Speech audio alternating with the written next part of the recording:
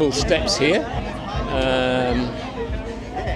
We might see if we can. Simon, have you got a minute for a very quick chat?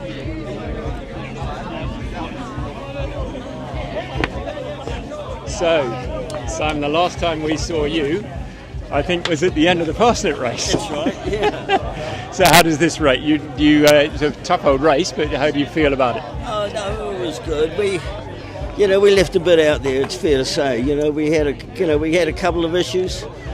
I never like to.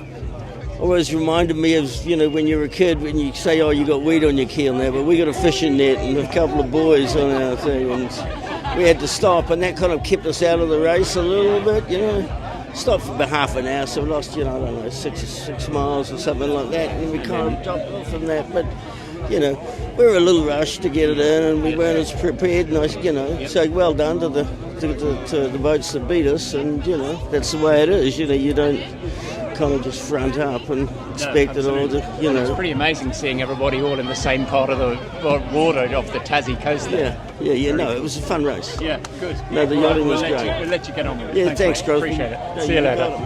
Righto, so we just need to see who else we can have a quick chat with.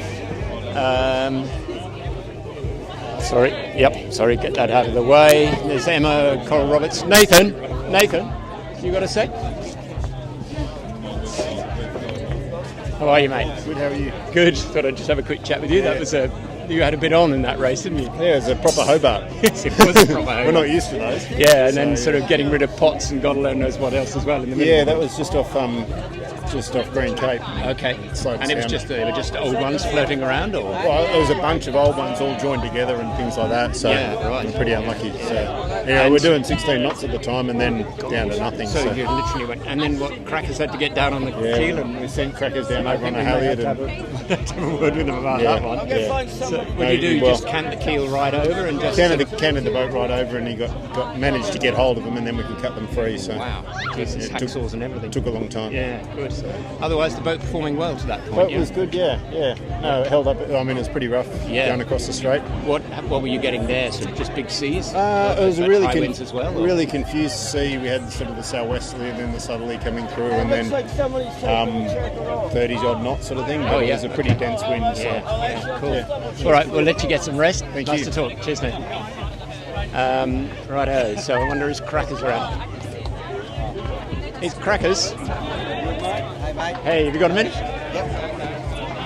So, how did you go with pulling lobster pots off the keel? Far out.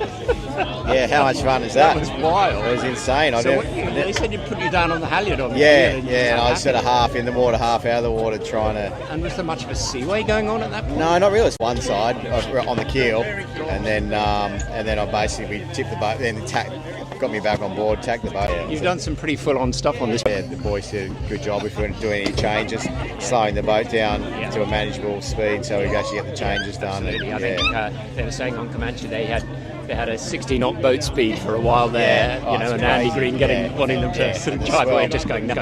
Hey mate, how are you? Anyway, we'll leave you to it. Awesome, thanks, well done. It must be nice to be back on the old girl, isn't it? Again, 100%. Isn't it? It's good to be back in Tassie. Yeah, absolutely. Cheers, good luck. See you, mate. Bye. Just go and see if we can have a word with Paul Magee, who's the man who has to deal with all this damage.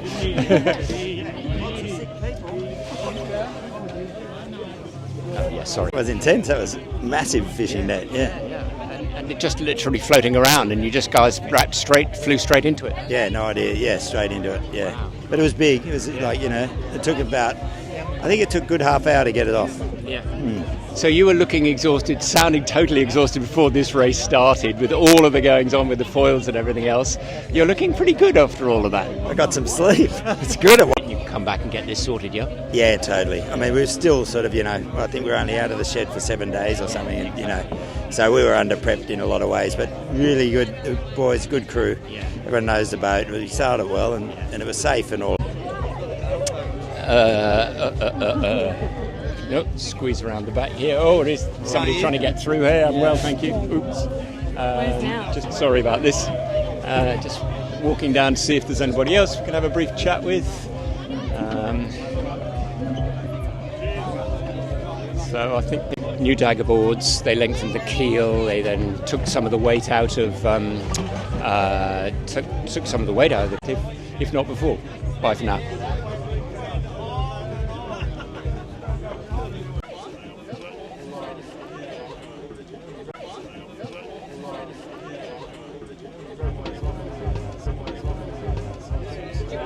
So, Alice.